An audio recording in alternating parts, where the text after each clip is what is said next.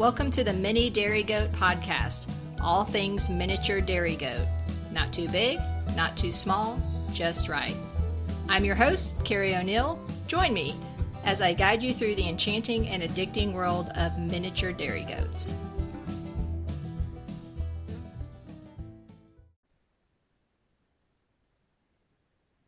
All right. Hey, mini dairy goat friends. It's Carrie. We're back with an exciting episode. I've got a few special guests on this episode, and we're talking all about the recent ADGA Convention that was in Tulsa, Oklahoma. It was a really great convention for myself. This was my third convention. I went to the convention when it was here in Texas back in 2016 when it was in Austin. And 2 years ago, I went out to Tucson, Arizona and attended convention and learned a ton. And just here in the last couple of weeks, got back from convention in Tulsa, made some great friends, and that's who I've got today. But just want to give a shout out to the Texas Mini Milkers and the Miniature Dairy Goat Association.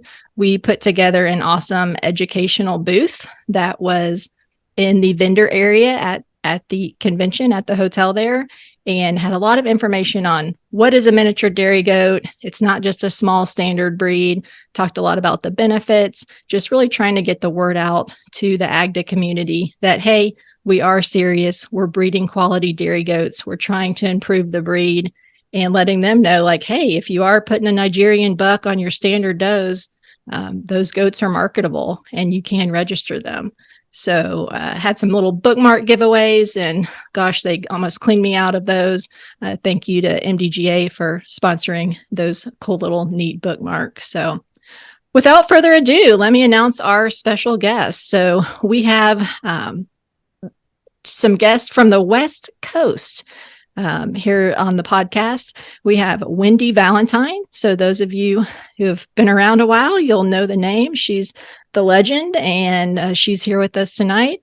And we also have Tovee and Nicholas, and we'll get them to introduce themselves and tell us about the farm. So let's turn it over to you, Wendy. Tell us a little bit about yourself.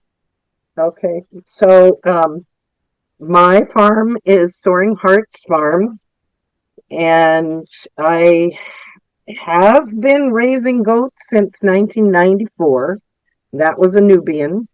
And then probably got into miniature Nubians, I want to say around 2009, something like that.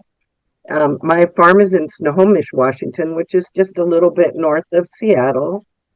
And I have had Nubians, Nigerians, mini Nubians, and now pretty much exclusively mini Nubians, except there's a couple little Nigis that are here till they cross over. What can I don't know if we want to talk about it now or later, but I'll go ahead and do it now because I'll remember.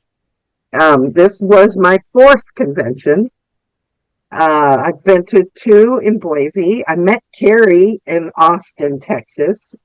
I roomed with Margot Beggy, and for those of you of Texas, you're going to know who that is. Mm-hmm. And this one in Tulsa.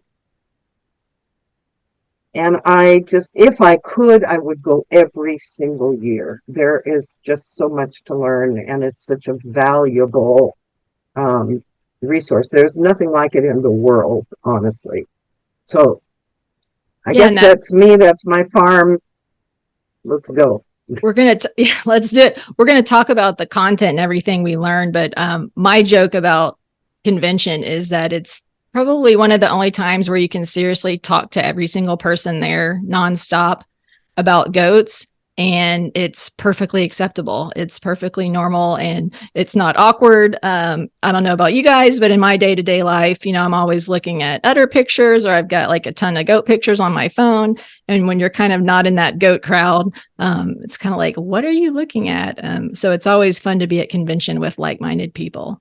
So now I'll turn it over. Our next guest are Tovee and Nicholas. I'll turn it over to you guys. Tell us about yourself and your farm. All right. So our farm is Cherrywell Quillet.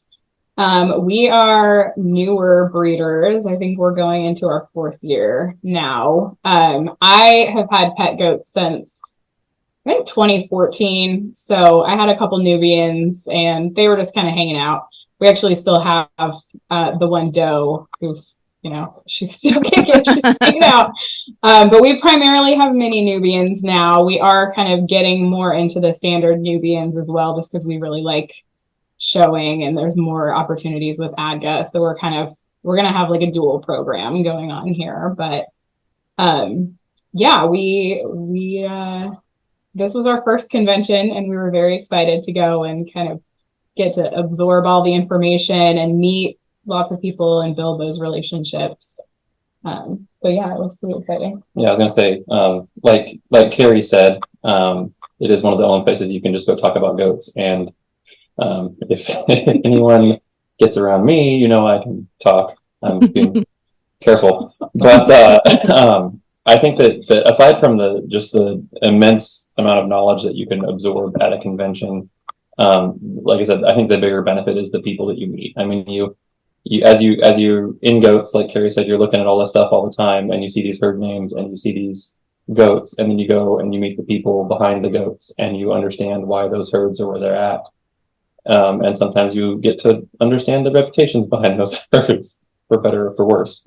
But I say this year has probably been our biggest learning year. We got to go to the national show, the ADGA National Show in Redmond, which is an amazing experience. Different than the convention, but just as beneficial, because you get to see goats of top caliber in person and get an idea of what you're actually seeing and what people are talking about.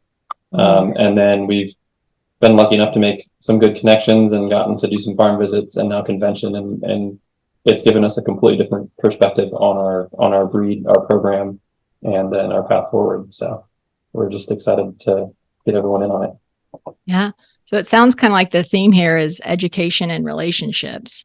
So with that being said, what we're going to do now is just kind of give you podcast listeners a rundown of what is convention and what does it encompass? What does it entail?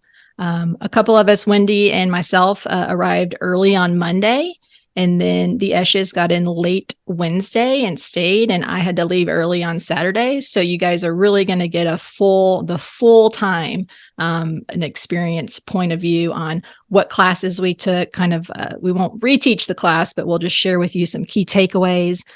So you can, get excited about this, and hopefully we'll share some more details at the end of the podcast about where the next convention is going to be. But hopefully we'll have some more mini breeders out there and really, talking about our breed and learning and improving our breed. So kicking it off. So I cruised up on Monday. Wendy flew in. So I had like an 8-hour drive when Wendy flew in, and I barely made it in time. There's a welcome dinner that is Monday night. And I walked in, ragged from the road, and there sat Wendy luckily with an open seat next to her. So I quickly, gave her the elbow and, hey, Wendy, and sat down. And that was really fun to catch up. Wendy, also at our table were a few representatives from ADGA that were doing some of their IT stuff. So that was really interesting to learn what they were doing. Wendy, do you have any other insights into that welcome dinner? The food was good. No, too. but it was the best meal of the whole week. Yeah. So that was really fun to have you walk in, and I was like, I don't know if I'll know anybody, but that was fun. Yeah. So, Monday night, so we were pretty tired, but did that. And that's, they also have a membership meeting at that same dinner where if you're in ADGA, you can stand up and voice any concerns that you have. And then they also have a pioneer program where they made some special recognitions to some longtime ADGA members. So that was pretty cool. Okay, so the education pretty much kicked off on Tuesday. Wendy, I know you took the artificial insemination, the AI workshop. You want to tell us a little bit about that? Sure. So this is my adventure in artificial insemination. I had 4 of my bucks collected. It's the first time I've ever done that. That was a learning experience all in and of itself. And I needed to take a class. In fact, the AI workshop was one of the main reasons I went. It was actually a whirlwind of a class. I had already put cedars in my does before I left so that I would see one, do one, and actually I ended up teaching one when I got home. That comes from the nursing, right? We see one, do one, teach one. Mhm. Anyway, so I took the class. It was sort of a whirlwind, and I have questions about the person that brought the does, but every one of us in that class had the opportunity to get our speculum in there and load a straw and put it in. So I felt like, okay, that's the first part, is just do it. And then that's what they tell you in the class, is go home and do it. So I went home and did it, and I'm just going to tell you that I think it was a little bit like a Keystone Cop. If anybody, oops, it was a Keystone Cop adventure, but I'm not so afraid. And I bought all my equipment when I was at the convention and had great conversations with the vendors. So I'm sure we'll talk a little bit more, but the vendors are another big part of convention. Yeah, I was going to ask. There were several vendors with AI equipment. Yep, and one of them was the one that collected my bucks here in Washington, and the other one was the one that really, Biogenics, that has most of the equipment and really is your go-to for most of the parts you're going to need to put together in your kit. So anyway, AI, I'm just putting my toe in the water. And that was, so that was a fee workshop. So you do, for some of the workshops, you do pay a little bit extra. As far as the overall convention, you can pay for the week, and that includes your meals. You can kind of piece it out if you're just going to be there for a few days. And then again, those fee workshops do cost a little bit extra just because of the setup, the tent, getting the goats there, that sort of thing. So one question I always get about is like, how did you work on live goats? Are they in the hotel? And so the answer is that they set up a lot of tents outside. At least in my experience, the conventions I've been to are just large tents outside, or they call it the activity tent. And that's where a lot of the activities go down with the live animals. So, okay, well, I guess Wendy was in that all day on Tuesday, and I took a few classes. I started off Tuesday morning and took a scrapie eradication program update by Dr. Jill Duell from the USDA. It was very interesting because there's a lot of controversy, I guess, surrounding scrapie. Very interesting, scary disease. My key takeaways on it were we are very, very close to being, I guess, receiving the validation that we are a scabies-free country, or scrapie. It's not plural, scrapie-free country. So takeaway one, it's not plural, it's scrapie. And takeaway two was that we are that close. And then the other thing with the scrapie was that they are looking into, again, of course, UC Davis has the scrapie resistance that you can do the genetic testing. So that was just very interesting as well. So I'm a big believer in abiding by the USDA scrapie requirements. Here, here. So that was that. And just another quick thing, they have to, all these different locations, they have to go to like either auction or slaughter, or you can submit, they have to get so many cases and actually test them for scrapie. That's how we get to the eradication. So it's thousands and thousands and thousands. I mean, I could pull up the sheet. She had some graphs of how many they test to get to those, to that status to where we can be a scrapie free country. And what that would do is open up a lot of opportunities for import and export for our small ruminants. Next class I took was another USDA, a young lady by the name of Jason Jones. She was from Oklahoma, and she talked about the USDA and grade A milk facilities. This was real interesting. I by no means have aspire to set up a grade A dairy. I just, it was very interesting to just attend it. My one big takeaway that I wrote down is that name brand Clorox bleach is the only approved sanitizer for grade A dairies. So I sometimes just buy the Target brand. And so now I'm going to be more cognizant of getting the real Clorox bleach. So for what it's worth. All right. Then that afternoon, I took a starting your LGD puppy, your livestock guardian dog puppy, with Crystal Spinrath, who has become a fast friend. Had a few drinks at the bar a couple times, but she raises Akabash and Congles out in West Texas. And so she also owns Crazy Goat Socks. So shout out to her and her product. But that was really good because I do have an LGD puppy right now. And as most of you know, if you have these dogs, when they hit that like teenage stage, they just kind of go a little crazy. So it was good to just get touched up on how to troubleshoot those problems. Let's see. Dinner was on our own on Tuesday. I'm trying to figure out, when did we go? Wendy and I went to the Philbrook Museum.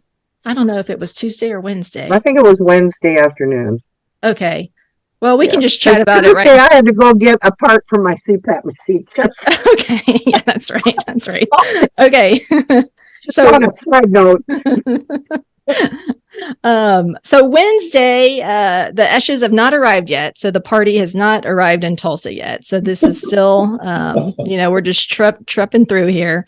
But both Wendy and I took the ultrasound class. And I just want to say that I was hell bent that I was going to buy me an ultrasound at convention, because I just thought it was going to be so cool. And actually took the class, both the beginner and the advanced class, learned a lot, but actually decided that it probably didn't make financial sense for my farm. And Wendy, I know you have an ultrasound machine and are thinking about getting another one. So tell us a little bit about what you learned and if it changed anything you're doing from taking the class. So this was the second time I took the class. Same teacher, Catherine Stoll, who is absolutely phenomenal, who comes all the way to the U.S. from London, where she is a ruminant sonographer. I think that's what her title is. But anyway, the first time I took the class, I had people come and do ultrasounds, and was just getting this machine that my dear friend Laura Workman, many of you know her, she's a mini mancha breeder of many years. It lives at my house. She won it in a raffle. So it's a lower end machine, and here's what I can do. I can put my ultrasound on the goat, and I can say there's something there or there isn't. Like, I can usually pretty reliably say pregnant, not pregnant. I'm no good at counting yet. And I was hoping that I would learn. They actually had a contact machine at in the class that we were able to use, which is one of the other people brought it with. And I could still see that something was there, but I could not find how many. So maybe becoming an ultrasound person for money is not going to be my career. But I love the relationship with Catherine Stoll. There is a Facebook page that anybody that does ultrasound or has questions about it, it's called Dairy Goat Ultrasound. Another friend of mine, Julie Jarvis, who lives a little bit away from me, is like... she's an ace, really, honestly. She is expert, and she'll read, if you take your videos or whatever, or just watch the ones that are there, there's excellent files on that Facebook page. So I just think I'm going to need to take this class several more times before I get good. And I went to convention convinced that I was going to buy one of these newer machines, and I just decided I'm going to go home and get better at this one. So yeah, definitely the takeaway there is practice. Not three practices, practice. I did make a note, and I highlighted it here that, because that's why do dairy goat breeders want to ultrasound? We want to see if they're pregnant, and we want to know how many, right? We want to count the fetuses. And so a lot of times I've heard people say, count the bubbles, count the pockets of fluid. And that is not the case. You need to make sure you're counting the fetuses that you can see. The other notes, if I ever get an ultrasound, which not foreseeable future, but never plug or unplug into a live machine that's on. and don't leave alcohol on the membrane of your, gosh, I forgot what they're called. What's it called? The transducer. Yes, transducer. Yes. Probe. They also call it probe. Probe. Yes, there it is. All right, let's see. So that was Wednesday. One thing that I failed to talk about is something that's really cool is the hospitality suite. So the Eshes, y'all want to talk a little bit about the hospitality suite? Go ahead. The hospitality suite. So it's one of the nice parts about convention because it's at a hotel or various other type of place, and they're not always located next to a place where you can just get snacks throughout the day. And so they usually, they were pretty consistently open, from like 6:30 in the morning till about 3 in the afternoon. And they had different groups that would run the hospitality room for the day. Various groups that most of them were local to where the convention was. It was like 4-H clubs. Like 4-H clubs or clubs. The goat clubs, breed clubs, stuff like that. And they typically would have some sort of kind of potlucky a la carte style lunch. I think they had like chili dogs one day, and they had DIY nachos and a couple of other things.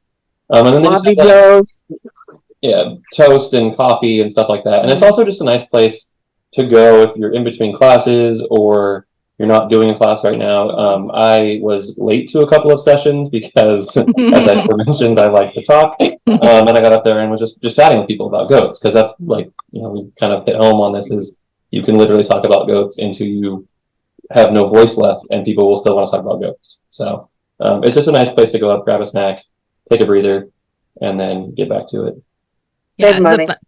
Yep. Save money was the big one there. Have your free lunch. I had my first Pop-Tart in I think 20 years. So that was good. Had that for breakfast one morning. Okay. So Wednesday was when we did end, the classes ended at about 3:00, I think. And then, so Wendy and I had a little time and I had been eyeing this old mansion. It was called the Philbrook Museum. And shout out, it was awesome. It's an old, I don't really know all the history, but it was an art museum, but we didn't really look at any of the art. We got there kind of late, but it was just the architecture of the old mansion. And they had all these really nice gardens and ponds and like waterfalls. And it was very fun and relaxing. And we saw a guy propose to his lady. And so we cheered and screamed. But yeah, we just sat on a bench and Wendy and I just kind of chatted again about goats. So that was fun. So Wendy had her Wendy went to get you guys, Tovee and Nick, at the airport. So y'all obviously made it back safely to the hotel Wednesday night. And so your first day started on Thursday. And Thursday morning, I believe that this is just by far, I'm just going to say, I didn't attend this class. I attended it in Tucson, but this is the best class I think you can take if you're getting into dairy goats, and it is the linear appraisal workshop. So I'll let you three share a little bit about what you learned at the LA workshop. Yeah, I will say, I will echo that. We were fortunate enough to meet a fairly well-known Nubian breeder. Nigerian too. Well, she is, yes, Nigerian as well. Sorry. Yes. Nigerian breeder. She will, yeah. And if she hears this and listens to this, and I didn't mention that, she'll tell me about it. Yep. But it's Gina and Dawn up with Urban Acres up there, and well, they are now up in Seabook, Washington. But we met her. I helped her and Dawn show some of their group classes at the national show, which was an incredible experience. And then we were fortunate enough to get invited to come and observe her herd getting their LA done. And then coincidentally, the LA workshop was taught by the same person that did her LA. And his name just whooped right out of my head. Damn. I'm on the wrong page. It's where's what was that? Well, in addition, she is also a linear appraiser. Yes, she's Gina is also an appraiser. So being able to attend her appraisal and kind of hear her comments and also the actual appraisal of her goats was really interesting.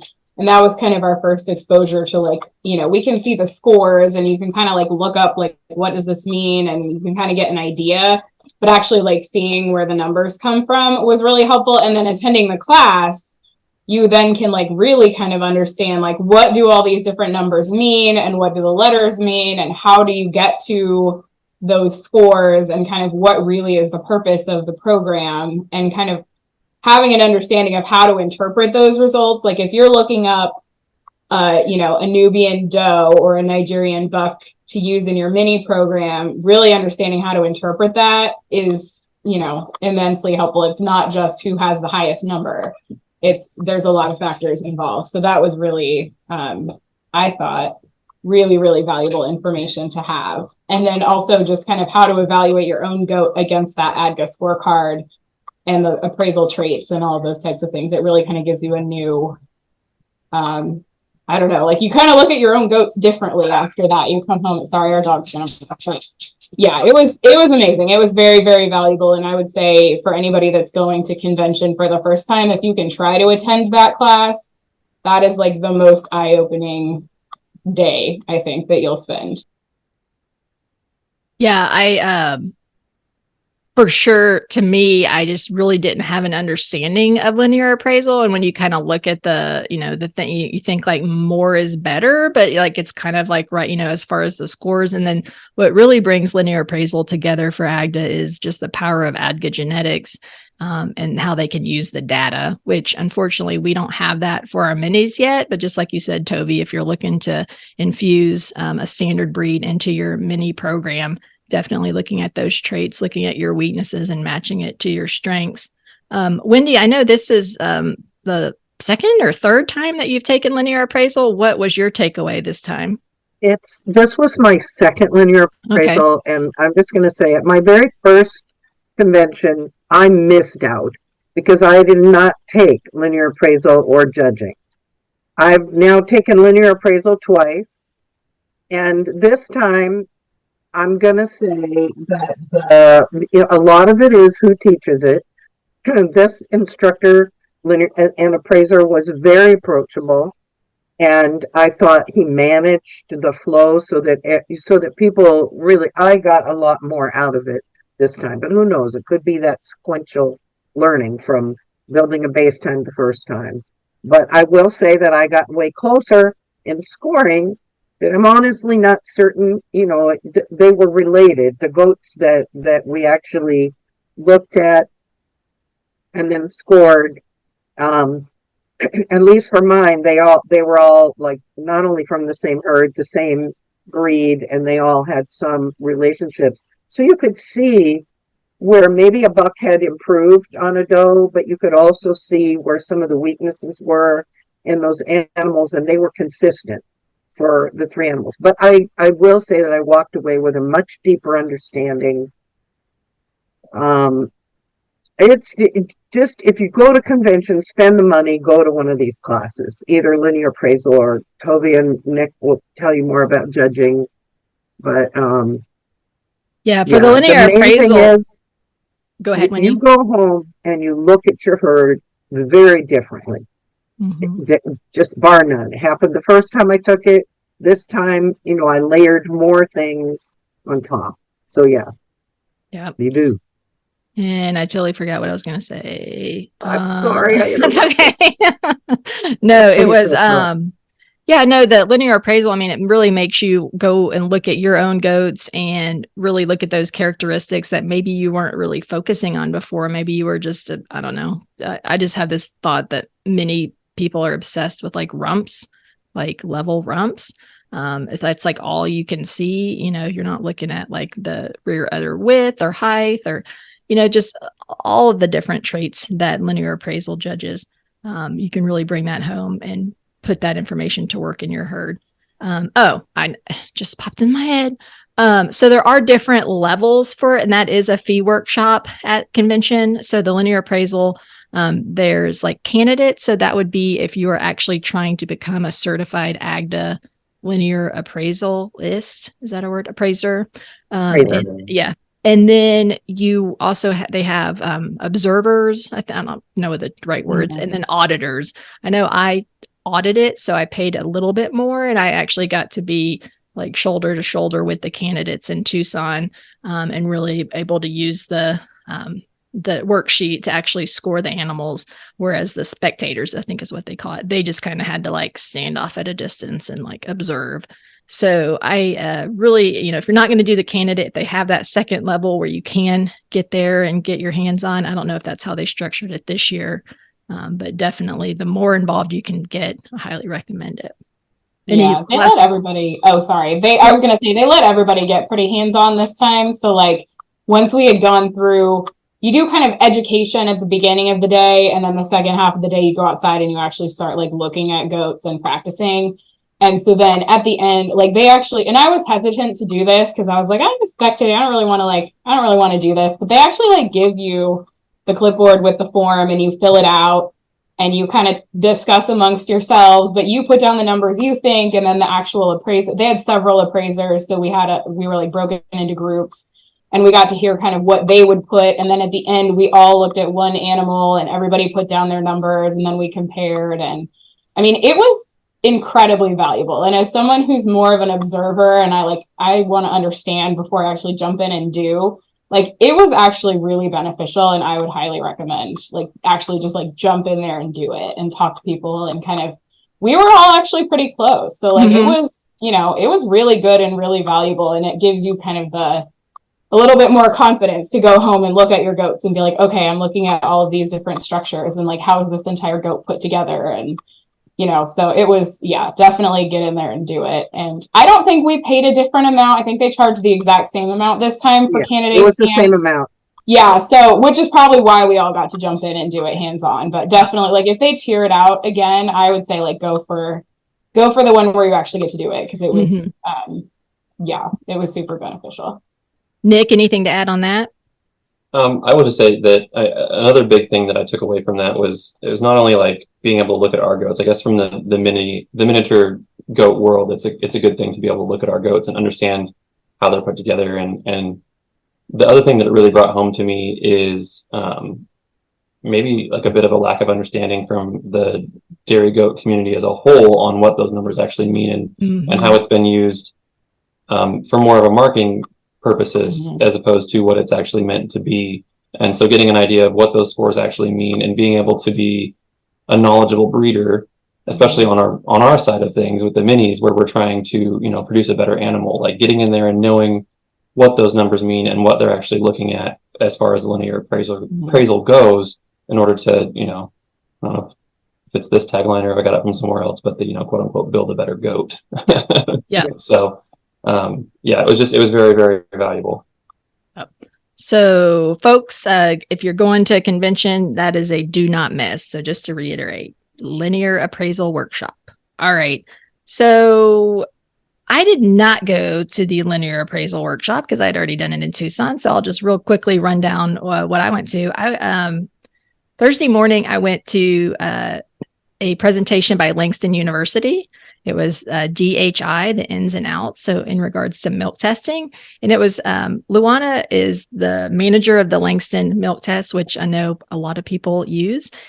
She just had her baby. And so it was, she was not there, but they showed a lot of videos and really showed how the samples are processed and how the lab works. So that was really cool to see that behind the scenes. And then my other big takeaway, they, not sure if any of you guys have done this, but Langston University puts on where they will certify you as a qualified or a quality dairy goat producer or a meat goat producer. And all of those lessons and what you learn is in a manual. And so they printed too many of them. And so they were just giving them away. So I have my hands on a couple boxes full of dairy goat production manuals that will be donating to the Texas Mini Milkers for our upcoming shows. So if you're out there and you're in Texas, come on out to our shows and pick you up a manual. We'll have those available. Really good information in that. Let's see. Then I went to a FAMACHA training on parasites with a professor from Oklahoma State, Dr. Barry Whitworth. He presented, I'm already FAMACHA officially certified, so I didn't need to do the course to get my card. I already have a card, but he just kind of went through some of the latest findings. And the key takeaways, I know this, but I forget it. But when you're giving oral medications, make sure you're going deep in the mouth and getting it behind the tongue to make sure it goes into the rumen. So I sometimes am guilty of just kind of good enough and squeeze, but really we need to take the time to make sure that gets back to the back of the mouth. And then there are some really cool studies coming out about increased effectiveness for when you do reach for a chemical dewormer. So takeaways here, just a few quick notes. If you're off feed, when they're off, you want them to be off feed for 12 to 24 hours and then give them the oral dewormer. If you are facing some different, and of course, the whole FAMACHA training is right. We only want to be deworming these animals when absolutely necessary. So, because we don't want to promote resistance, which the worms are already very resistant to what we've got. But if you are using a white wormer to deworm those 12 hours apart, and then again, combining the two dewormers, and I've been doing this for a while with the synergistic approach, so 2 different classes. So my go-to is an ivermectin drench and a white wormer like valbazen. And then this was a Burke study. It is dated 2007. I guess I'm just not up on this, but hey, you learn something new every day. But you can get much increased efficacy if you are with your dewormers, if you do your copper oxide wire particles at the same time. So that was kind of my takeaways. He presented some really interesting data on pine needles, and here in Texas, we have a ton of the ash juniper. We all know about Lespedeza, these different high tannin forages that are can help with the worm load. So let's see, kind of looking at my notes here. Yeah, so that was pretty cool on parasites. And then the last class I took of the day, I took a ton of notes. So I'm not sure if our viewing, no one's viewing, thank God, listening audience is aware, but I am also the MDGA live show chair. And so as a volunteer. And so one of my missions for MDGA is to really help put on more shows around the country. And so I attended hosting a successful show. It was put on by my friend Brenda Leitner. She's with Phase 5. And so she just went through. So I made a ton of notes here. And so one of my goals here in the next, hopefully, month is to host a webinar for anybody that is wanting to get into putting on the show in their area. We're going to have a 2-part webinar series where we'll talk about how to do it, like the steps, and then we'll have session 2 will be a best practices. And we'll try to get a lot of show chairs and folks on that have put on shows over the years to share what works really well and what they bombed at. So things not to do. Okay. Oh my God. Do y'all know what we missed? Oh no, we didn't. Okay. Sorry. I'm just getting all excited because Thursday night was the funnest night that we had at convention. It was the cheese and wine event and the art auction. And it was such a good time. So of course we had our table where all the mini people, and we actually met some really lovely other friends that we continued to sit with at the other dinners. But let's if anybody wants to jump in and share what went down at the cheese and wine. What went down is we were the rowdy table and there wasn't anyone provided alcohol. So that says something. Which I think was the non-provided alcohol, I think, was an typically I think they do provide that. So yeah. For those of you considering going in the future, don't hold that against ADGA. Yeah, it is a cash bar. So it was a cash bar. Well, we don't know what it'll be in Lake Geneva. So you guys were very all you can eat cheese. Yes. All you can eat goat cheese. Oh yes. So all they have contests. So they have contests for the cheese products and the edible products, and then they also have contests for soaps and lotions. And so that was some of what was being auctioned off later in the evening. Cool. I don't want us to get in trouble or get them in trouble. They couldn't auction off any of the edible products because yes. in a licensed facility. Yes. So it was the arts and the soap products and lotion. All of the cheese that we ingested was donated by commercial goat dairies, and it was all extremely delicious. And y'all, so I didn't really notice that Tovee did this, but I know that Nick and Wendy remembered everything on their plate. Oh, I did not. In order. Yes. I'm like, I don't know, it's cheese. And it's I good, just started wolfing it down, and they're like, oh my God, this whatever, like hazelnut, blah, blah, blah, is so delicious. And I'm like, well, how do you know what's what? I just threw it on my plate.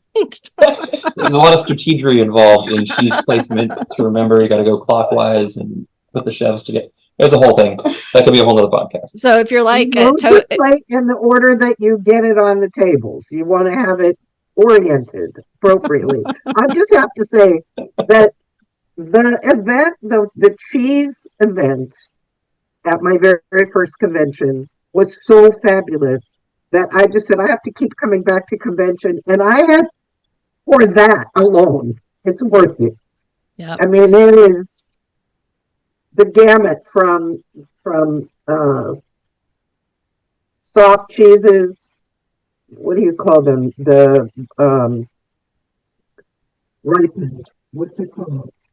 They had pretty much anything from Chev to Farmhouse. They had a couple different yogurt types. They had like aged hard cheeses. They had the like slightly soft but like bries and stuff like that. Somebody brought ice cream. There was goat milk ice cream bars that were delicious. Yeah. Shout out to All We Need Farm, my friend Stacy Roussel in Needville, Texas. Goat milk pops. Yeah. That's one of those things that you're mad at. You have one that you didn't think of because she's got that market. And also in Austin, the winner of the amateur goat cheese competition was a miniature Nubian dairy in Texas, and I don't remember her name.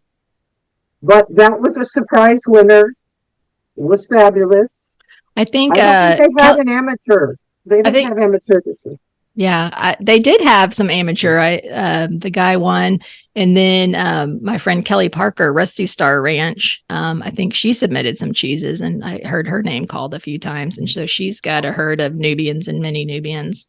So, okay, so we ate a bunch of cheese. We drank some wine that we had to pay for. And then the auction started. So what they started with, it was, there's also a art contest. And so they auction off that. And then they auction off the soap and lotion thing. So this is when we got really rowdy.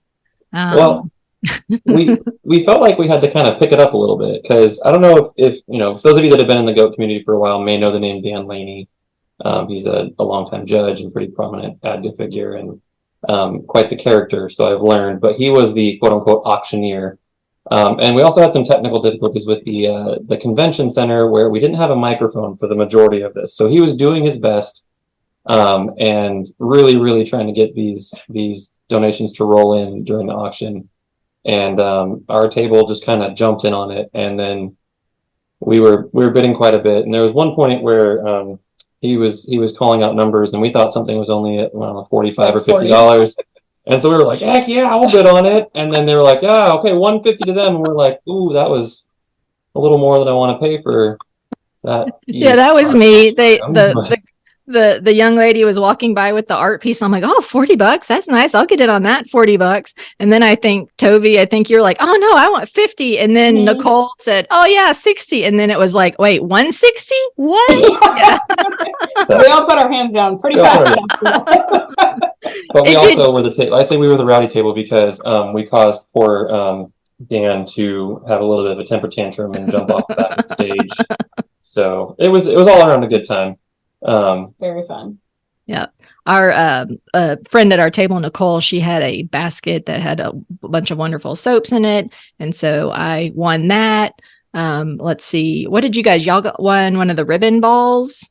Yeah, we got one of the ribbon ornament ball things, yeah, which we didn't get to go to the class to learn how to do, but I think we may try to like figure it out. deconstruct it so we can figure. We purchased that one as a research project. Yeah, very cool. And then we also got a basket of soap and products like that, but they were kind of cool. They were it was modeled as a fruit basket for the theme, and so it was felted soaps.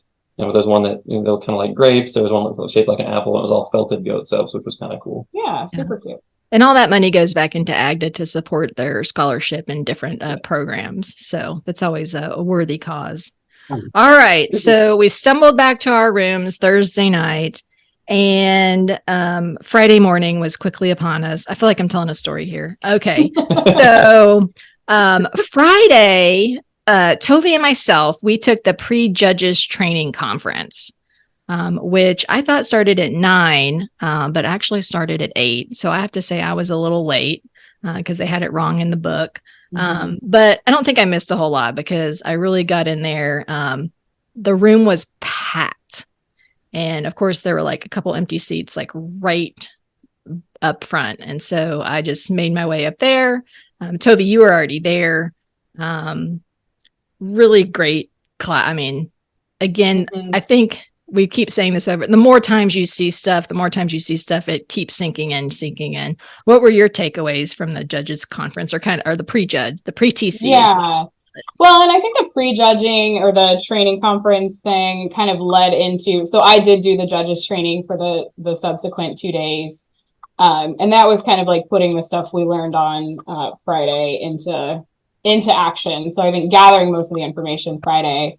I think my biggest takeaway was just getting a better understanding of like the scorecard and really kind of what those different like big areas are and how the point value works. I mean, even for those of us who don't show, which like we like to show, so that was valuable in and of itself, but also, you know, for people who participate in like the V show, the virtual show, you know, understanding when the judges put their comments on your goats, like what does that really mean? And like, what are they referencing and what do those phrases mean? And understanding, you know, when you go to a show, and I think most of the judges for virtual show are licensed ADGA judges, so they kind of follow this formula too, but there's like a specific formula you use when you give reasons for your placings in a class. And so like, why do they say one thing first? And what are they referencing when they say, you know, this goat's going over this goat for her advantage in dairy strength? And, you know, like, what are they referencing there? So kind of understanding how that works is really helpful for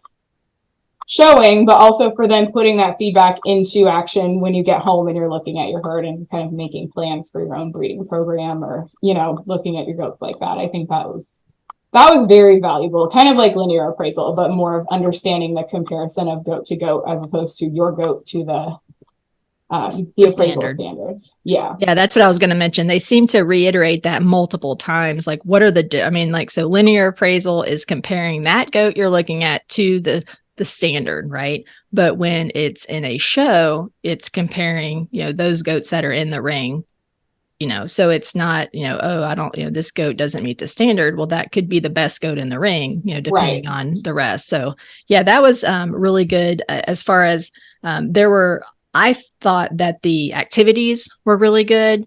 I sat with Crystal from Arizona, and they give you a colored sheet of multiple, it's 4 different goats, and you basically go through, she'll teach, the teacher taught, you know, like, hey, we're going to look at this trait. Let's look at feet and legs. And then we would go and we would look at those animals and basically, you know, rank them based on that trait that we were looking at. And then at the end, you kind of put all that together. So that's, you know, basically what the judges are doing when those goats are in the ring and when they're judging them. It's amazing to me. So we had classroom, and then we went outside and actually got our hands on some goats in the activity tent. And we did have a chance. And Tovee, earlier you mentioned that you like to sit back and learn and you don't like to jump in, but I was very impressed because we were standing right there and you were just like, okay, I'm going to try this. And you just jumped in and you were like giving your reasons. And I'm like, dang, girl, that was pretty good. And I'm just like, no, I'm not ready. But it's really studying the scorecard and getting the lingo is my Yeah. problem.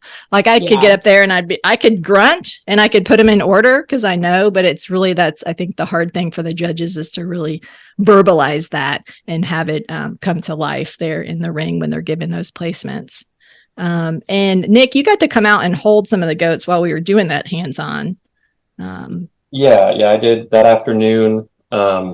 And then also over the next couple of days, I helped out with a lot of that. And it was, I'd obviously didn't get the classroom and the like breakdown of the formula for reasons and stuff like that. But just getting out there and seeing, getting to see either these advanced judges or these new apprentice judge candidates and stuff, how they look at it, how their reasons are evolving from over the day to day, and how the panelists that are teaching / critiquing them are giving their reasons back. And it's just it was a very rewarding experience as well. Kind of like you guys had already talked about it between the LA and this. It was really good. So Tovee, you continued on with the actual judges training. So that it's called pre-TC is like the pre-judges training, and then the judges training was actually 2 days, wasn't it? Saturday and Sunday. Yeah. So shed some light on that. What went down at that? Yeah, so it was really, so I participated as a spectator, so I wasn't actually going for my license this time. I figured, I should probably learn the stuff before I try to do that. So, so on the next day, we did some more informational stuff like classroom learning. And then they also did there's a written test for the candidates. So that's a test on all the stuff that we learned in the pre-conference, as well as, the candidates have to know kind of the guide, the ADGA guidebook in and out. So you need to know like disqualifications and, just like breed standards for every breed and just all kinds of things. So they had to have so that was like a big part of the first day. And then talking about like judging etiquette was also really interesting and kind of, I would say, useful for those of us who put on shows, even if we don't intend to ever become a judge, just kind of understanding those standards that the judges are expected to meet so that we can try to help them with that, I thought was really useful. And then just kind of working with the candidates too. It was interesting because the ADGA judges they have like a tiered system for their licensing. So the first year a judge is licensed, they're an apprentice, and then they have to pass the test and be licensed again, and then they can get a 2-year license. And then they can move up to a 4-year, and then you have to do that for a while, and then you can become an advanced judge.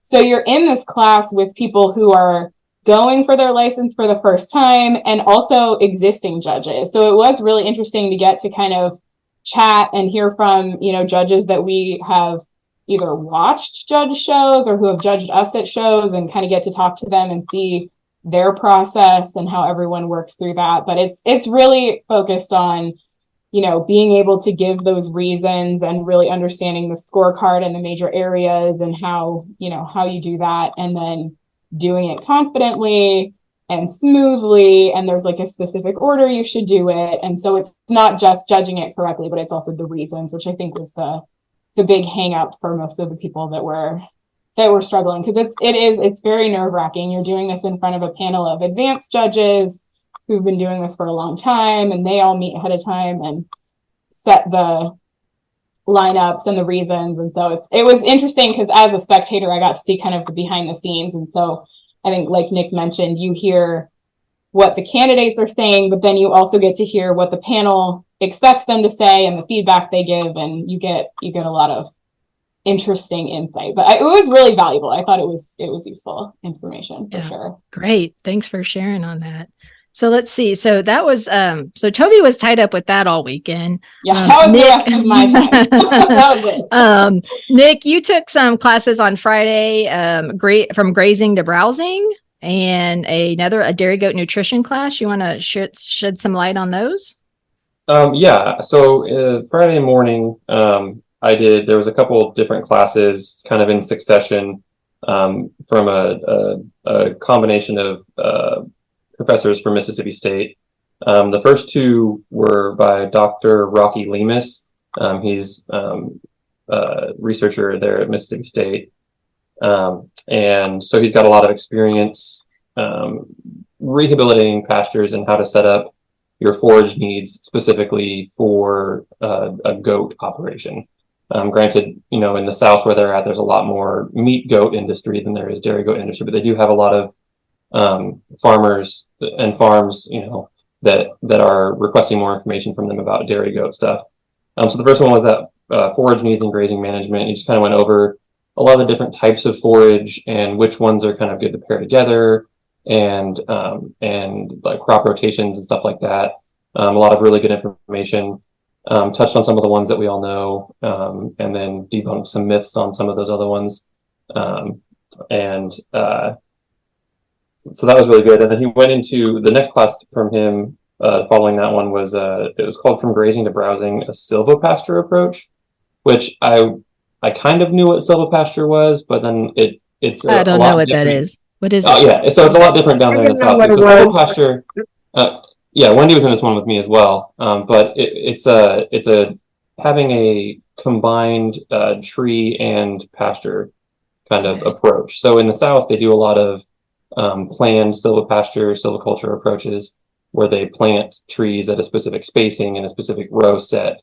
If anyone's ever been down, Florida and stuff, you'll see all these pine forests that are, you look down them, it's perfect straight rows, and they do them for harvest because they grow fast and stuff. But he's implemented a lot of that on his farms with his goats. He's got Nubians and then some other meat goats, but going both directions, taking pasture to silvopasture and taking established woodland and thinning it selectively, letting the brush get grazed down by the goats initially and going through there. So it was a very interesting and very informational series of classes there. You have anything to add on that there, Wendy? Yeah, so the other thing that he did was he brought like 1 gallon pots, I think, of all of the forages that he had talked about, and he just left them outside the vendor area. And I'm honestly, he left his business cards out there. He is with Mississippi State Extension, and he is willing, if you reach out to him, to help you find the seeds for different pasture mixes. So of many of the things I learned at this convention, I'm going to start working on some of my smaller, my pastures are divided into probably 1/4 acre or to 1/2 acre. So I'll have to start with one at a time because we got too many goats here. But I will, I'm going to talk to him about getting some of the seeds. One of the things I learned, I didn't believe it, we'll see whether it's true, is that we can actually grow the type of the Lespedeza in the Pacific Northwest, where we do have a acidic soil. So I'm going to take a little section and see whether it's really true and not invest in a lot of seed at this point. But if I can grow one of these high tannin forages in a pasture mix, then that's going to make me very excited, to be quite honest. So I was like pretty excited about that class. Yeah. And then following his class, one of his colleagues there at Mississippi State through the extension as well was Dr. Layla Rios. And so her class, it was myths and facts of deworming and the role of tannins in commercially available products. And so I feel like the title of the class wasn't exact, but a lot of her like doctorate research and stuff she did was looking at like the use of tannins and how they and other components of these forages that actually have those natural deworming properties and resistance builders. And they're actually doing some work trying to isolate those different components out and being able to pull them and have them as a, maybe a commercially viable additive or supplement that's not necessarily having to have, those forages available, which obviously is your first choice because then you're not buying extra stuff. But, kind of getting those components out and figuring out what actually is doing the work and maybe being able to have those available. Obviously, it's a long process, but did she mention because I know a lot of people got hot on the Lespedeza pellets several years ago, and then I have not seen data on this, so I'm just this is hearsay, but through that commercialization and when they're pelletizing that, doesn't it lose the tannins? So she talked, because we asked about, fresh forage versus hay, because I've been lucky enough to find some Sanquon hay that we can get, which is another one of those that has those higher tannins and has that natural worming kind of property to it. And she was very excited that someone else was talking about the Sanquon because she used it in some of her research. Cool. It was one of those things where you do lose some of it through the drying process, but it's all also dependent upon how that producer goes through the process. And so just like with anything, if you're going to a pelletized form, a lot of times that's going to be the stuff that you're not going to be able to sell as readily in its whole form. And so you get some of the other stuff, your quality is going to go down a little bit, but each step of processing does lower it a little bit. But she didn't go specifically into that. So. Yeah. Interesting. I mean, that's the value of convention, right? Is you kind of go and you might learn something like, and then it kind of takes you on a rabbit hole to do some more research and figure out what works best for your herd. Goat holes. We're going down a lot of goat holes. Anything else on Friday that y'all want to share before we got rowdy again at the awards banquet? I'd say we also the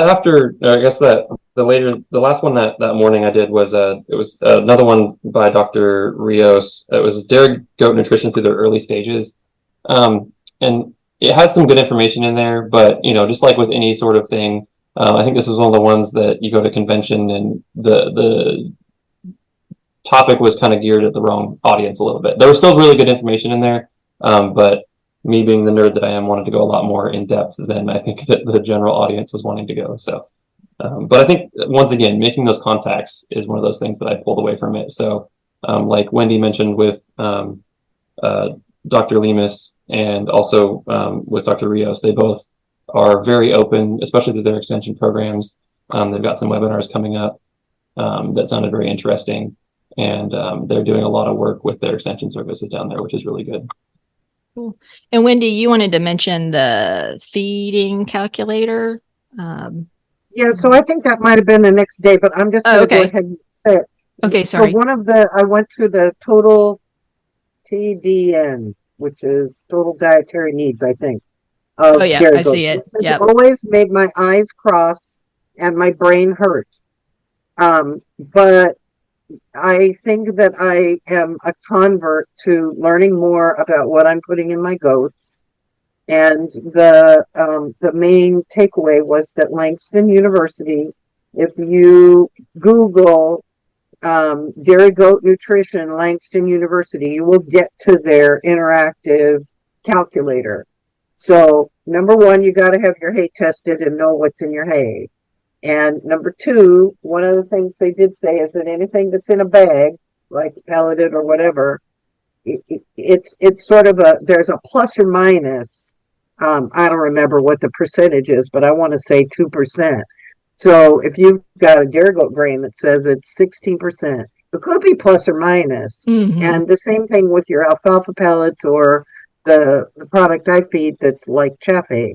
It's a target, right? And so you're close, but you can still plug that into this calculator, and you can really, especially with your goats that are being milked, and if you feed a concentrate, which actually is recommended for dairy goats when they're productive, so if they're raising kids or if they're milking, you can plug in the different things that you're feeding, and it will tell you whether you're in the ballpark or not. And so I have promised myself that I'm actually going to do that. So anyway, cool. Langston University, the TDN calculator, that was my best takeaway from that class. Cool. Well, I'll find that link for our listeners and share that in the show notes so everyone can access that. Okay, so we jumped to that because we were talking about dietary needs, but we did miss Friday night was the awards banquet, and I don't even remember what happened. I think I was a couple adult beverages in, but I know we had a good time. So if someone else wants to share, I think we all had a good time. But that was really it was a good plated dinner, good dessert. I think Nick had 3 or 4 desserts. I had I don't remember how many pieces of cake. It was less than 10, so A lot of cake. So much cake. it was delicious. But they presented some different awards and things for the ADGA organization, so that was fun. Any other comments on dinner, the banquet? That was another one of It's those a evenings where, socializing event, right? So Mhm. Yeah. it's a social event, and it's another place to build relationships, because I Mhm. think that a lot of this is relationships, learning from each other. Yeah. So that's a lot of what it was. I know I went to bed early that night, but was there some karaoke and dancing? Oh yeah.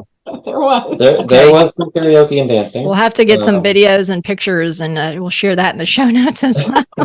I don't have this video evidence of No. this. but- Karaoke was primarily the youth. Right. There was towards the end, there was a bit of line dancing, and then I think that there were a few more participants at that point. Yeah. But yeah, I think the big takeaway from that was, networking and relationship building with some of those ADGA breeders. So That was another one of those evenings where I thought that Wendy and Tovee were going to break my kneecaps and drag me back to the Airbnb because I would have just been talked all night. all night.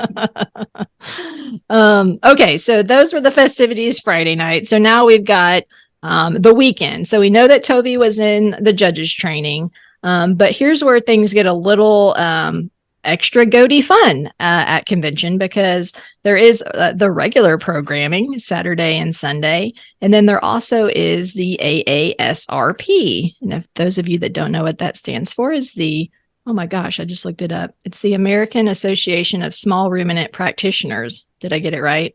Yep. Like Yes. there's got to be an You America did. in there somewhere. Gold star. So this, if you have not been to the ASRP website, they have a lot of information, but this is a veterinary continuing education conference that's are a member of this organization. And so they can come on Saturday and Sunday and get actually continuing education hours to maintain their veterinary license. But these courses are open to everyone. So you can, if there's something that interests you, you can take it. Now, I peeled out about 4 a.m. on Saturday, headed back for Texas. So I did not get to partake of all of these. So we'll just kind of turn it over to, let's see, I think on Saturday for the general programming, Wendy went to a Hoof Boss course. And Nick did too. We went to the Hoof Boss Okay, class, cool.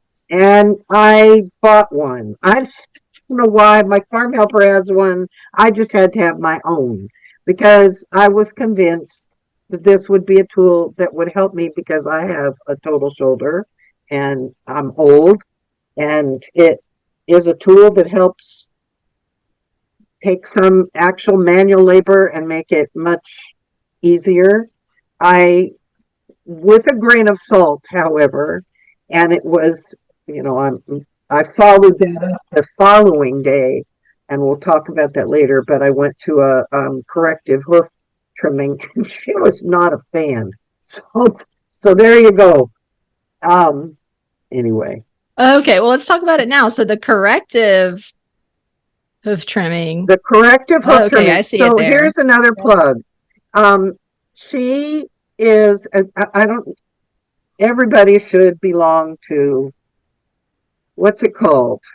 Goat? American Goat Society. No, AGS? it's a Oh, no. Facebook page. Facebook page. Nick, help me. You were just on it. It's the is it Goat Hoof Maintenance 101 or Goat something like hoof that? maintenance. Yes, and it's fabulous. And she is the woman who taught this class. Used to do a nationwide hoof trimming business. Now she just does 3 states nearby because she's got small kids. But you're looking and she's got this poster that was hand drawn, and I'm thinking, oh dear. She had a poster that showed where you're going and what you want to do. I'm like, okay. And then she pulls out her little hoof. She had created hooves that needed to be corrected and normal hooves with Play-Doh with different colors. So she had built these hooves with the deformities and she had her trimmers. She has her favorite trimmers. I'll go ahead and say I agree with her. The ARS Red Handle Smooth are her favorite trimmers. And I think that's true. She uses Silverline for for kids, but anyway, so she's clipping off this Play-Doh, showing us how she trims the hooves. And one of them that she wanted to correct was a common Nubian hoof that kind of grows tall and begins to roll. I've lived with it. It's in the Mm-hmm. mini Nubians as well. So she showed that. She's on this Facebook group, and I've asked her to do a YouTube video on with her, just rebuild those Play-Doh things and video them, because she had no slides. So you had to you had to be intimate and watch. And I was like, wow, okay, I think I remember what she said. But in some of the other classes, I would taking pictures of the slides so that I could remember. And in this one, but I have her contact information. So How many? I So one can, of the things we didn't really set the expectation. So how many people were in that class? I want to say maybe 15, not very many. It was one of the Okay. smaller classes I went to, and it was actually, once she got started trimming those hooves, I was like, this is one of the best classes. Yeah, good hands-on. Yeah, that's one of the things. I mean, it's just to set the expectation for folks that do want to attend convention. I mean, it's not huge classes. I mean, I think the biggest class might have been the pre-TC. That probably had 80 people in it. But some of the other classes, like one of my classes had 3, some of them had 20.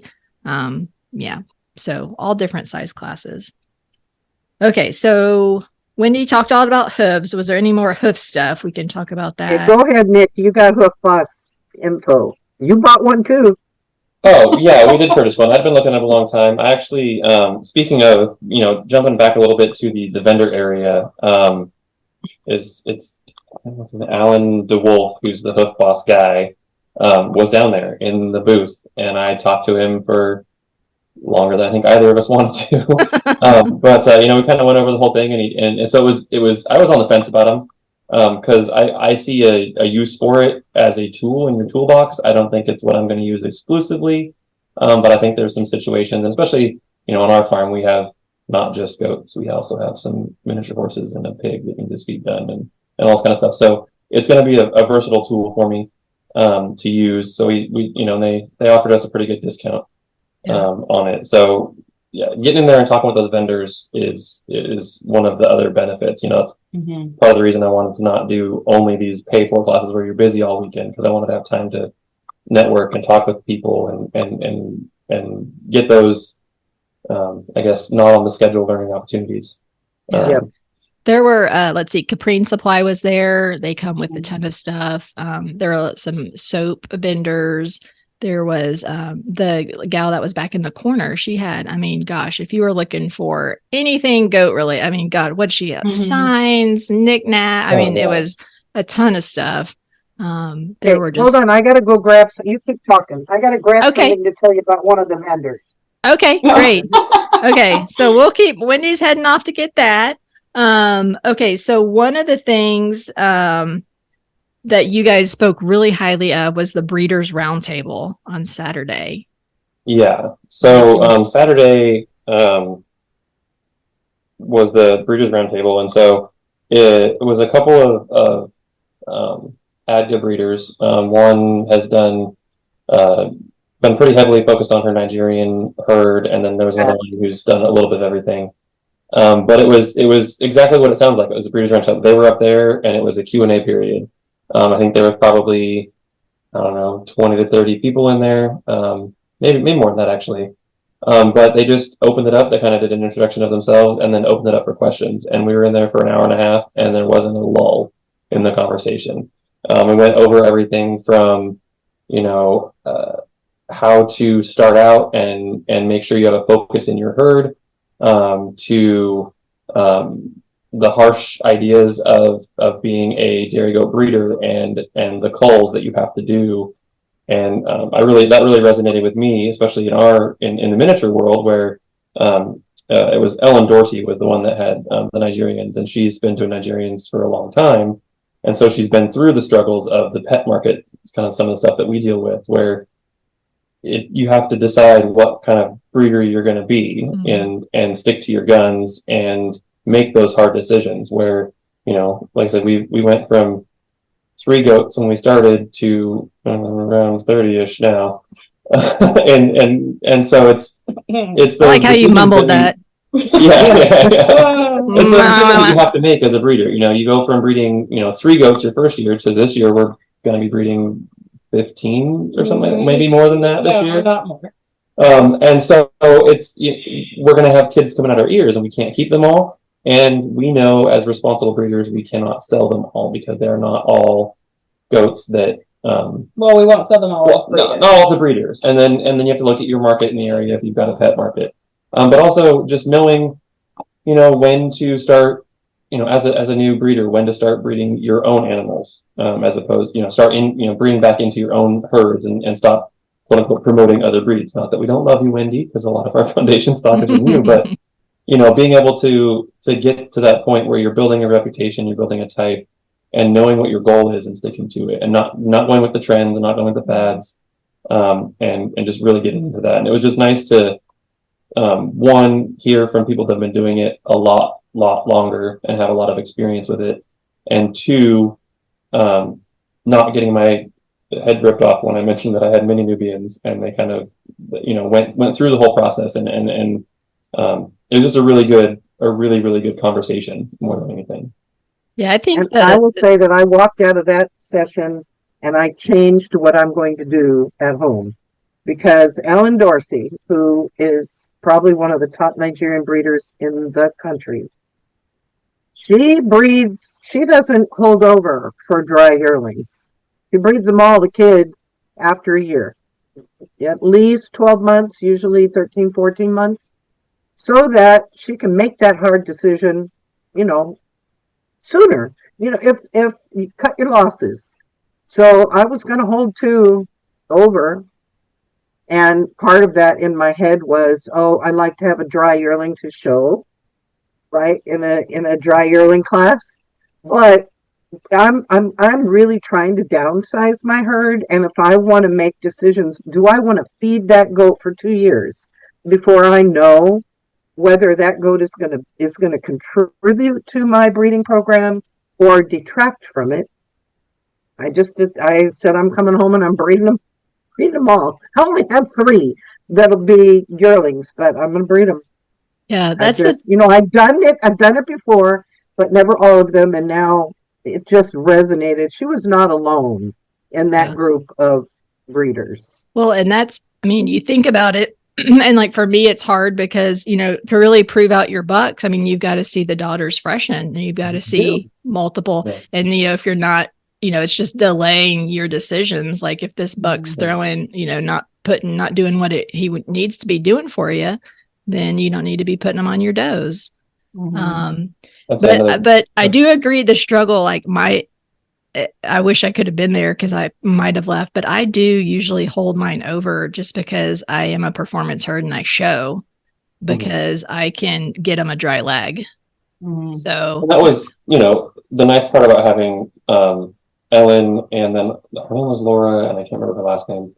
But she does, has had different standard breeds. She's French Alpines right now, and her daughter has Saanens, but she not necessarily agreed wholeheartedly with Ellen's not holding yearlings over. And that was kind of the nice part, to know that there's 2 very successful, very long time breeders that have different opinions, and there's, more than one way to do it. She agrees that you don't want to hold a bunch of them over for the same reasons Wendy talked about, feeding them and all that kind of stuff, but also depending on when they kidded or their size, things like that. It all kind of goes into play. And then, like you talked about with proving out your bucks, it's harder. But I think one of the biggest takeaways for me, not only from the Breeders Roundtable, it was nice to hear it from that side of it too, but through the LA program and all of it, was that the buck. I love bucks. Don't get me wrong, but you have to breed dam lines. Because that's where all of your production and all of your stuff kind of comes through. The buck's going to transmit, but you have to not necessarily look at how pretty the buck himself looks, but look at how pretty his mom and his grandma and all that stuff look. Because like they made a point to say, some of the prettiest does have come out of some fugly bucks. So it's about the genetics that are in there and can get passed down, as opposed to necessarily how pretty he is on his day. All right, cool. That sounds like that was a really good roundtable to be a part of. Let's see. I think, Nick, did you go to solving common kidding problems? Any takeaways from that? That one, I feel like the contact I made with Dr. Dawson, it was Dr. Lionel Dawson, another from Langston University. But it was another one of those, I think I was trying to nerd out a lot more than we needed to. But it was kind of a general overview of a lot of the things that you kind of know through experience, good things to get away. I think my biggest takeaway from that was we've all been there when we don't know if it's a front leg or a back leg. And you're, flying blind, as it were, all by feel. He said that both front legs and back legs have a large joint. So find the elbow or the hock, go down from there. If you have one joint, it's and then it just went out of my head, a front leg, and if it's got two joints, it's a back leg, right? Yeah. And I was like, duh. It's one of those moments where you're like, I've been in there with a goat leg in my hand going, I don't know if it's a front leg or a back leg, and you're all panicked and everything. And it's just follow it down and figure out what it, what it looks like, feel it. So that, that was kind of one of the big things. And it was a really good class, and I feel like there's a lot more there as far as a resource than necessarily, it's a takeaway, it's who you know, not what you know, kind of a thing. So yeah, I know this past year I've been, where's some wood, knock on wood, haven't had much kidding over my years, but one of my friends called me like, Carrie, get down here. Went down, and I mean, it was the biggest buck. We could not get it out. And finally I'm like, give me one last shot at this. Like, y'all got a dog leash. We didn't have a kid pull or anything. And anyway, we got the buck out, and it, of course, did not make it. But I ordered that Kelly's kid puller right after that, because I was like, man, if we would have had that from the get-go, we could have pulled that guy a lot quicker. It would have been a lot easier on the doe. Kidding problems. I hate it. I hate it when everyone starts kidding in, like December, and then you start seeing, it's wonderful to see all the success stories, but man, I hate those dystocia issues. So, and I will say one other thing that he echoed that our vet had told us over this last season of talking with her was, if you have to go in, don't be afraid to go back in and make sure that you're done. If you've got a doe that you've had a problem with, so you've already had to get inside, don't wait between. If you got that one kid out, get back in there, see if there's other kids, get it over with, and don't let her keep going, because you've already been in there, so you're already contaminated. Just go. Yeah. I've done that before. Fished out 1, fished out 2, fished out 3, fished out 4. How many more kids are in here? Yeah. Well, Wendy, how many? Wendy, how many kids could be in there? Well, you could get to number 5 and have it be dead and be thankful, because there's 2 more behind it. What's happened. I don't ever want that to happen again. Yeah, Wendy got 7 this year. That's crazy. Oh my goodness, absolutely crazy. I had 5 this year. 2. That was my first time. Oh my gosh, that's a lot. Yeah, I like 2. 2 is a good number. It's 2. There's yes, 2 kids. 2. Everyone, let's have a moment of silence for 2. Everyone, hold up 2. 2. Okay, I wanted to jump in with one of the vendors. She was back in the other corner next to Biogenics. Delta Livestock Diagnostics. Ooh, I have some info Smart on that. Reproduction. And it's not proven on goats yet, but it's I want to say, what did she tell me? 90% accurate, maybe 99 with cows. And it is a blood test, on farm pregnancy test. So I want to say they're about $10 a piece. So you're not going to save money from what you would do if you send it into the lab, but you can know, like, I'll have to read what I bought 10. What can I say? But I have to read about what the date is, how soon you can test. And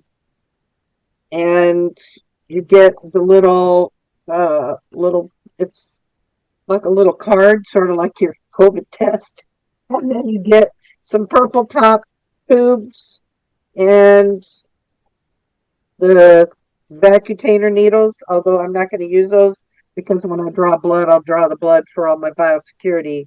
And on the does that I want to do pregnancy test, I'll just pull some into the purple top from my syringe. But this could be a game changer.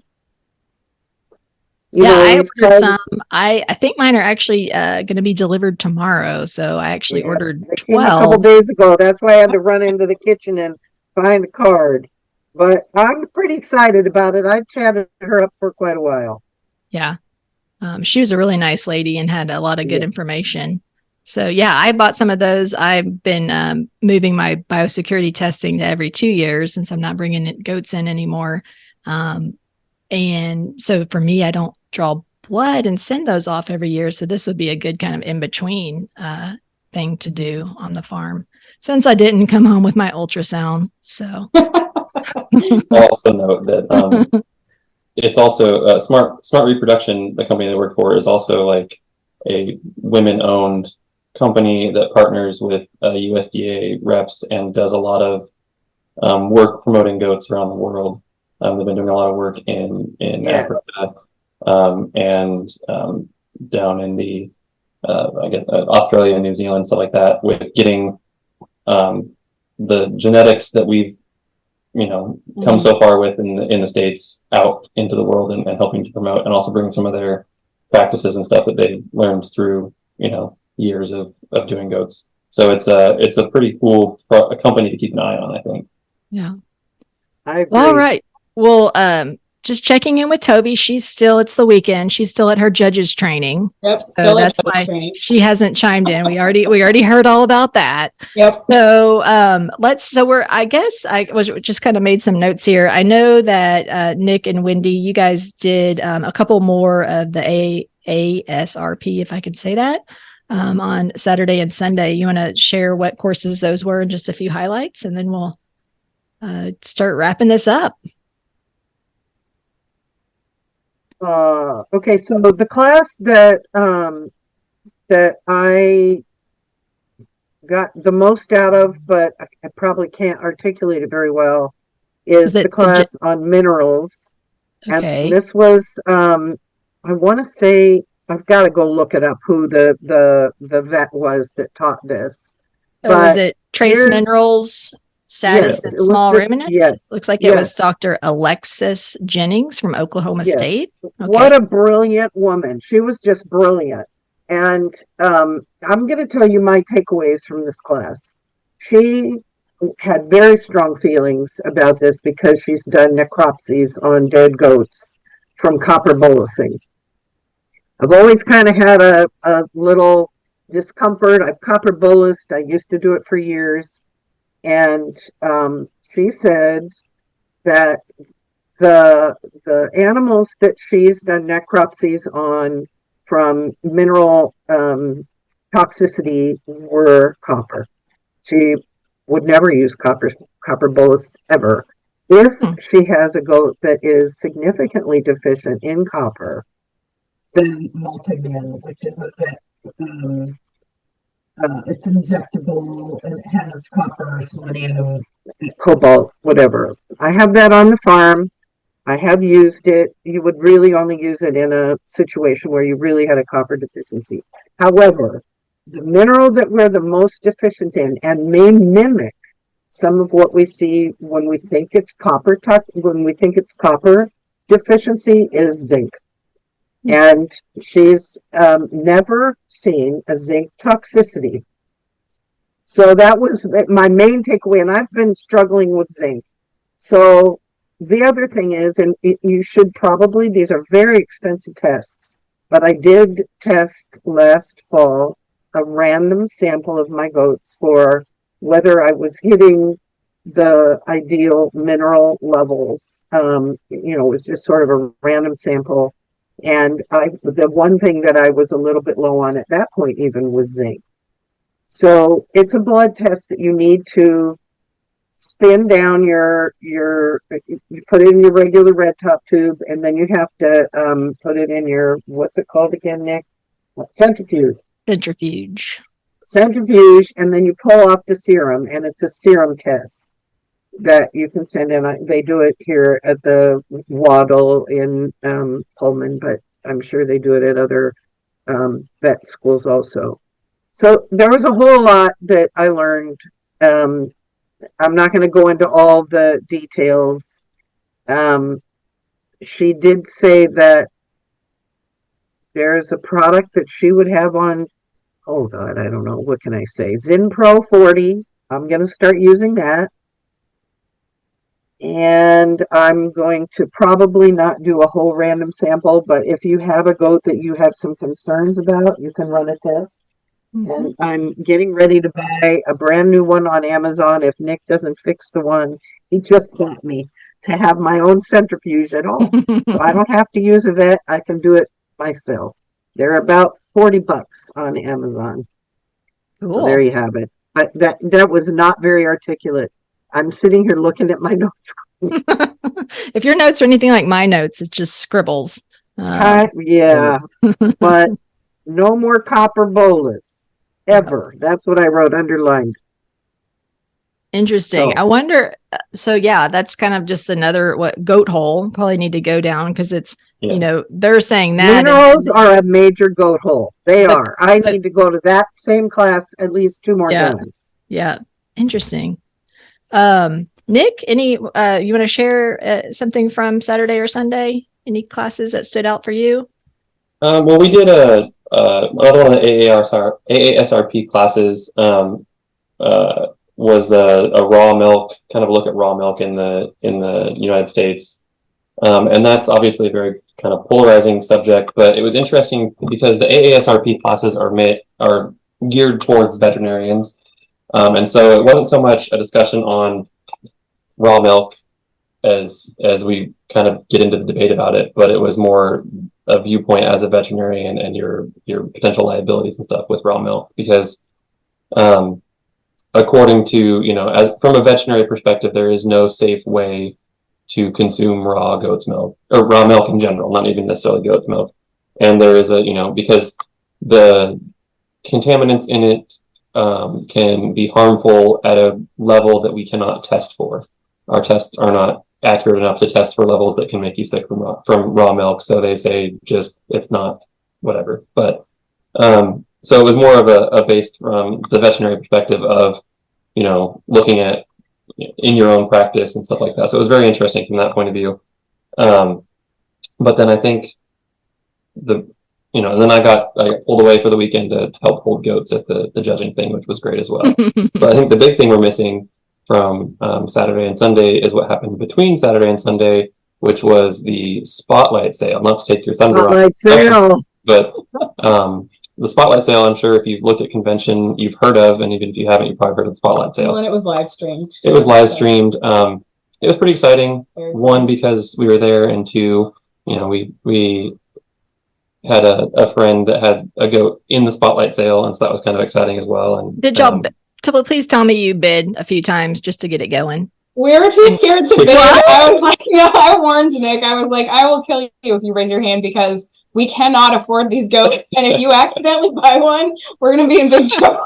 Well, and to be Nick's very competitive. He can't stop. And the one that I would have bid on, we have a half sister of anyway. So yeah, there were some beautiful goats, and we were very lucky to sit at a table with a few of the consigners. So it was fun to I don't want to say it was fun to watch them squirm, but just to kind of hear their perspective. It's very nerve-wracking for those breeders, and just kind of feeling that for them. They want to know the goat goes to a good home, and they want to get the best price. And it was just it's very dramatic and very exciting and very glitzy and very pomp and circumstance. Yes. Right? Yes. I know. And yep, and it's a real auction, the auctioneer. Although, they needed to have more alcohol.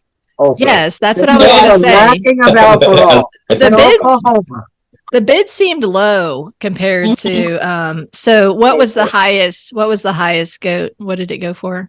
$16,400. Yeah. Okay, so But it's Nigerian, really yeah. anticlimactic because they also have online bidding. Yes. And I guess in the past, I've heard from other people that have been there that they kind of started the bidding in the room and then let it ramp up to where it was at online and then kind of went from there just so you get that excitement factor. And this year they kind of started the goat at what it was online. The 'cause goat they that went started for 16,400 started at 16,100. No, so I think it was like 13,000, but anyway, but yeah, it was not a very quote unquote exciting option for the top seller. I think probably the most exciting one was the one that was consigned by Dr. Fauna Smith. Because that one, it kind of started slow and then it ramped up, and he did pretty good. It was a Nubian buck, and she's, we've met her. She's very cool. at the national show and kind of have made friends with her and stuff. And so it was one of the ones that was a little more emotional. So it's cool to get in, once again with these people that have been doing it for years and see that they've still got stakes in it, and to know that passion stays around. The passion that we're feeling is new into this sticks around, and that's the people that are going to be there. And so it was a lot of fun. And the spotlight in sale. 2000, I'm just going to share. In 2019, I don't remember how much the buck went for, but he was purchased by a consortium of Nubian breeders, and his name is Love and a Stare. And he has been in Washington, in 2 places in Washington, I think Oklahoma and Texas. And he stays with Carolyn Lawson at her farm, and there's another farm in Texas. So people that are looking at Nubians, you'll see him. He went for a bucket load of money, and it was a very exciting bidding. There were people that were bidding online, and there were people bidding in the room, and then I think that there were people that joined the consortium while they were in the room. It's going, yeah. So the price kept going up. So it can be a very exciting and very fun event, and just goat buck balls with sparkles on them is all I gotta say. That's glitter everywhere. Glitter on tuxedos, fancy, formal. The other thing, if you don't know about the ADGA Spotlight Sale and the Colorama Sale, which is at the national show, those goats have to go through a rigorous application process.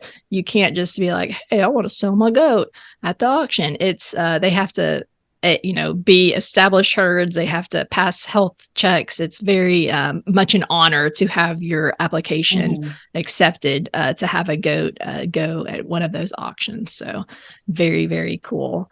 Okay. Well, let's do just some last comments to wrap up Tulsa, and then we'll share the information about the 2024 convention. Wendy, I'll turn it over to you. Just kind of last takeaway message to the listeners. Yeah, so if you can get to ADGA Convention, do it. That's all I can say. Just do it. Yeah, I think that's a Nike slogan. You can fly there, and the other thing you can do is you don't have to stay in the hotel. You could do like we did with Tovee and Nick. We rented an Airbnb. And then we could make some meals. I've done Airbnb and hotel at them both. Yeah, so, and then with the hospitality suite, that really helped with the cost. It really helps. But actually, the rate at the hotel, I mean, I thought I was going to have a friend join me, but it was like it was super cheap, like $110 a night at the Marriott. So they do negotiate and try to get a good rate. So good rates, but you have to get that. You have to get your room earlier. Yes. While the block of rooms is still.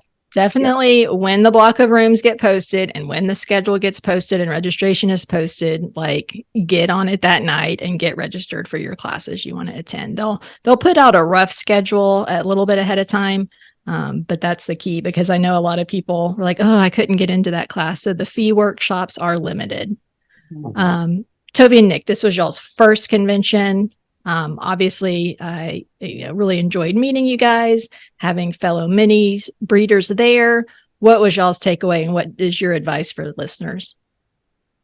I mean, I think ditto what Wendy said. Like, if you can possibly go, definitely go. Even if you're new, like we're relatively new and it was still valuable. And even if you're brand new, I mean, if you can invest the money and the time to go, it's super, super valuable. And we heard from so many people, ADGA breeders and others that they wish they had started sooner with like a better knowledge base. So even if you are brand new and you're just getting started, like you're only going to do yourself favors by kind of having a better understanding of what you're doing before you get too far down a path and realize like, oh my God, this is not what I want to be doing anymore, So, yeah, I think it's super valuable. Definitely go if you can.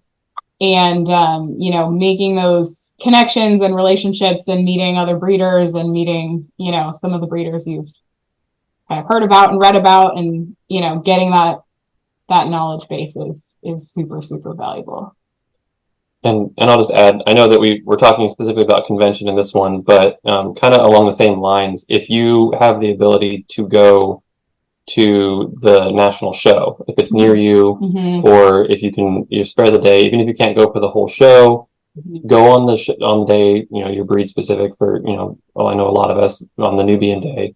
And, you may be thinking like, well, why would I go? But you get to see the goats in action that are, the top goats in the standard breeds in the country. And you get to, I think the biggest takeaway from that show for us was it kind of defined the type of goat that we like and what we're going to breed towards. And then to get into the convention and, there's people that are generational dairy goat people, and they still go to convention and they still learn stuff. So whether you're new or you've been doing it, longer than Wendy, like you're going to learn something and it's going to be fun because you're around goat people, and goat people are generally pretty cool. Yeah. I mean, the other thing, you're going to bring all that knowledge and stuff back into your local community, into your buyers, into your goat friends. And, even, heck, let's have another podcast next year about what we learned from convention. So, Wendy, you were going to have a last comment? No, see you in Lake Geneva. All right. Yeah. So let's get on to it. All right. So the 2024 ADGA Convention is going to be in Lake Geneva, Wisconsin. So you mini breeders, I know there is a ton of y'all up that way. So I hope we can just pack it in. It's going to be October 19th through the 25th.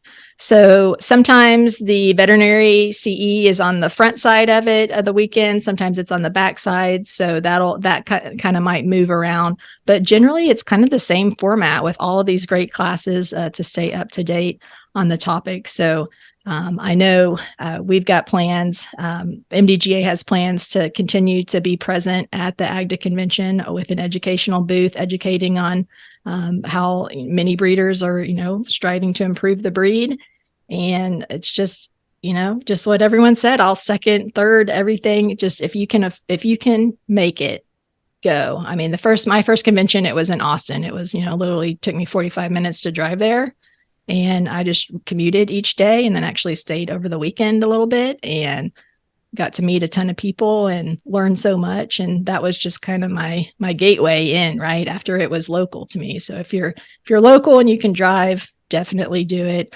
Wendy and the Eshes, you guys flew all the way in. So that just shows your commitment to learning and education and improving the breed. So just want to thank you guys for having us. So again, we had Wendy Valentine and Tovee and Nick Esch as our guest on the podcast today. So we talked about a lot of things. I'm going to put some notes on the show notes, some of the links of what we talked about. But man, I thought we were going to talk for 30 or 45 minutes. I don't know how long we've been talking.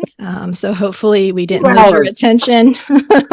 But yeah, well, Mini Dairy Goat podcast listeners, we'll see you guys next time. Take care.